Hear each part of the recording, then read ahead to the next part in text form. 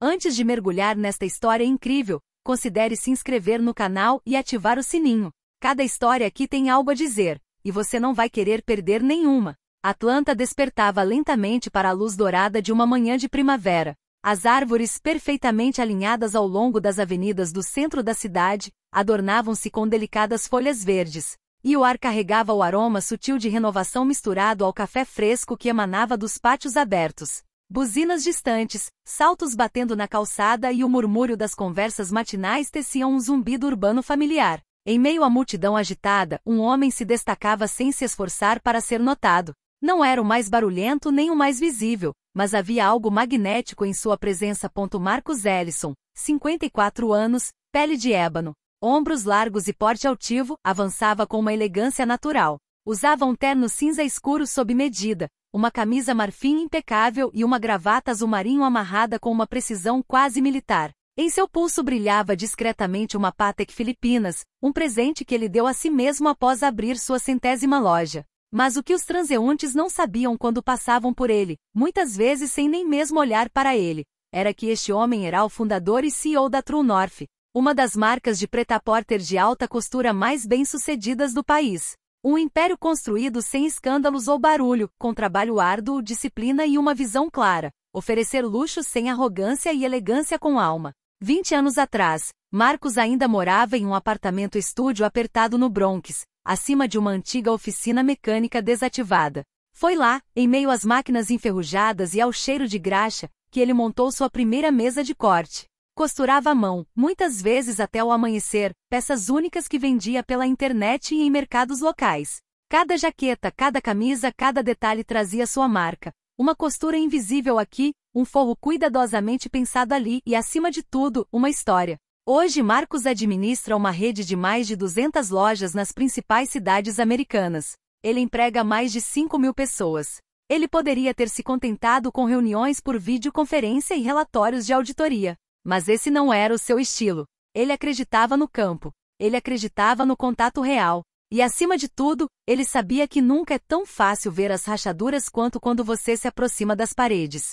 Naquela manhã, ele havia deixado a limusine na garagem. Sem guarda-costas, sem crachá da empresa, nem mesmo um cartão de crédito corporativo. Só ele, seus olhos e seus instintos.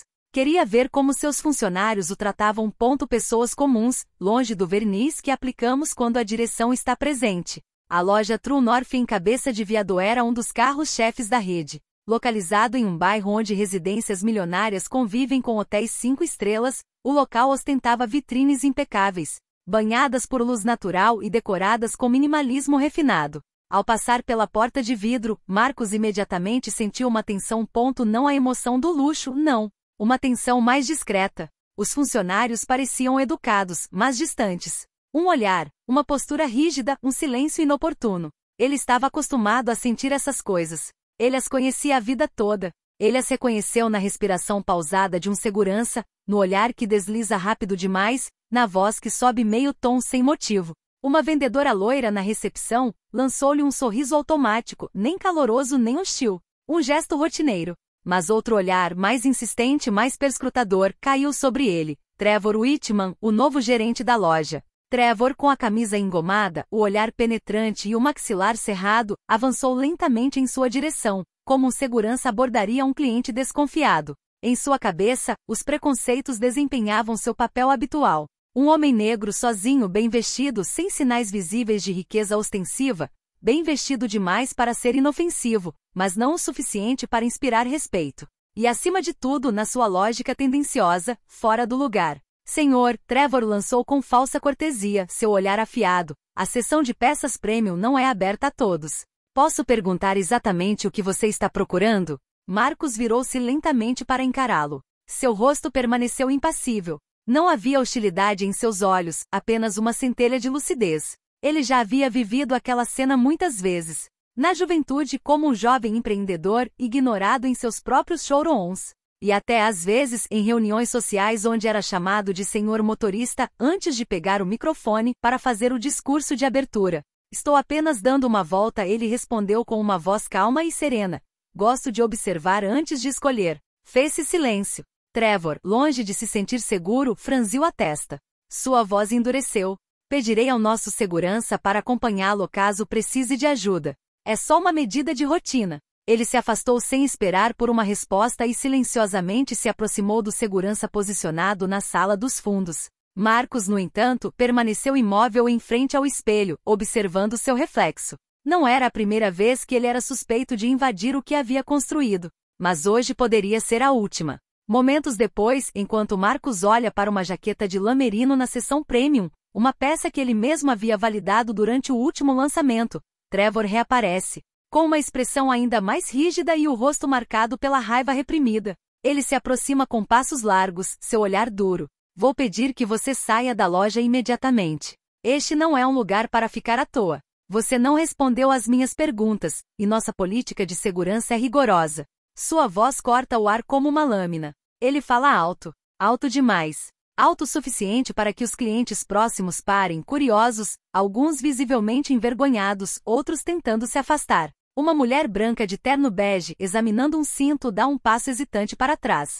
Um jovem casal latino troca um olhar incrédulo. Um silêncio glacial paira sobre o espaço iluminado e organizado da loja, projetado para evocar conforto e elegância. Marcos, sempre digno, olha lentamente para Trevor.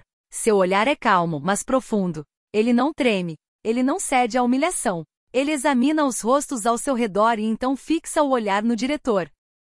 Ele respira fundo, como quem respira antes de tomar uma decisão importante. E então, simplesmente, tudo bem. Ele coloca cuidadosamente o casaco de volta no cabide, vira-se e caminha em direção à saída sem pressa, num silêncio tão denso que é possível ouvir o farfalhar do seu casaco. Mas o que Trevor não sabe naquele momento, e o que o destino, às vezes ironicamente, orquestrou com cruel precisão, é que naquele exato momento, uma mulher de terninho azul marinho, com passo rápido e postura confiante, entra na loja. É Raquel Monroe, gerente distrital do Sudeste, uma mulher formidável e eficiente, respeitada por todo o grupo. Ela vem para uma visita surpresa, como faz de vez em quando para se manter em contato com as realidades locais. Ela reconhece Marcos imediatamente através da janela saliente, no momento em que ele entra pela porta, afugentado como um intruso. Ela diminui o passo, atordoada, depois acelera o passo e sai correndo. Senhor Ellison. Meu Deus. Me desculpe. Marcos levanta a mão calmo para detê-lo. É importante ver como as coisas são, quando ninguém te conhece. Seu olhar é sério, mas desprovido de rancor. Não é a raiva que o move, mas uma lucidez fria, daquelas que se adquirem depois de décadas lutando contra as mesmas paredes invisíveis. Raquel, corada de vergonha e raiva, imediatamente se vira e entra na loja. Seu rosto está fechado, seu olhar penetrante. Ela vai direto até Trevor, que ela ainda consegue ver no corredor central, parecendo satisfeito, acreditando ter evitado um problema. O Whitman. Escritório. Agora. O tom não deixa dúvidas. Assim que a porta do escritório se fechou, ela atacou. Você acabou de demitir o fundador da True North. Sabe quem é Marcos Ellison? Ele é seu chefe. É a ele que você deve seu emprego, seu salário, este escritório. O rosto de Trevor congela. O sangue desaparece de suas bochechas. Ele gagueja, procurando as palavras. Eu não sabia. Ele não tinha distintivo. Ele não tinha marcado hora. Eu estava seguindo o protocolo de segurança. Raquel bate a mão na mesa, fazendo-o pular. Não. Você não seguiu o protocolo. Você seguiu o preconceito. O que você fez não foi um erro administrativo. Foi uma falha moral. E na nossa empresa isso não tem cabimento. Trevor tenta protestar, mas é tarde demais. Raquel permanece inabalável. Você está demitido. E imediatamente. Poucos minutos depois, ela encontrou Marcos do lado de fora, ainda de pé, com as mãos cruzadas atrás das costas, olhando para a janela com uma expressão ilegível. Ela se aproxima mais calma, mas visivelmente emocionada. O que você quer que eu faça, Marcos? Ele nem vira a cabeça. Fala com uma voz suave, mas firme, quase solene. Transforme este lugar. Esta loja deve incorporar os valores pelos quais a construí. Que nenhum homem ou mulher, independentemente da cor ou aparência, seja tratado desta forma aqui novamente. Recrute de forma diferente. Treine melhor. Observe melhor. E acima de tudo, ele então se vira para ela com o olhar fixo no dela. Nunca se esqueça do que gravei em cada fundamento desta empresa. Respeito não é um luxo, é um direito. Um silêncio se instala, carregado de significado. Então ele se afasta, deixando para trás uma loja, uma equipe e um gerente transformados para sempre. Poucos meses depois, a loja de Buquead não era mais a mesma. Este lugar, outrora manchado pela arrogância e pelo preconceito silencioso, tornará-se um modelo nacional de inclusão, respeito e consciência social. A mudança não fora cosmética. Fora estrutural, profunda, pensada e vivida em todos os níveis da empresa. Raquel Monroe, profundamente afetada pelo incidente, levou muito a sério a missão dada por Marcus Ellison. Ela começou revisando os processos de recrutamento. As candidaturas passaram a ser avaliadas anonimamente para reduzir o preconceito inconsciente. Ela também pediu a especialistas em justiça social que reformulassem completamente os programas de treinamento. Todos os funcionários, de vendedores a gerentes regionais, passaram a cursar um módulo obrigatório chamado As Pessoas em Primeiro Lugar, focado na escuta, na inteligência emocional e nos mecanismos de discriminação sistêmica. A equipe da loja de Buquead havia sido amplamente renovada.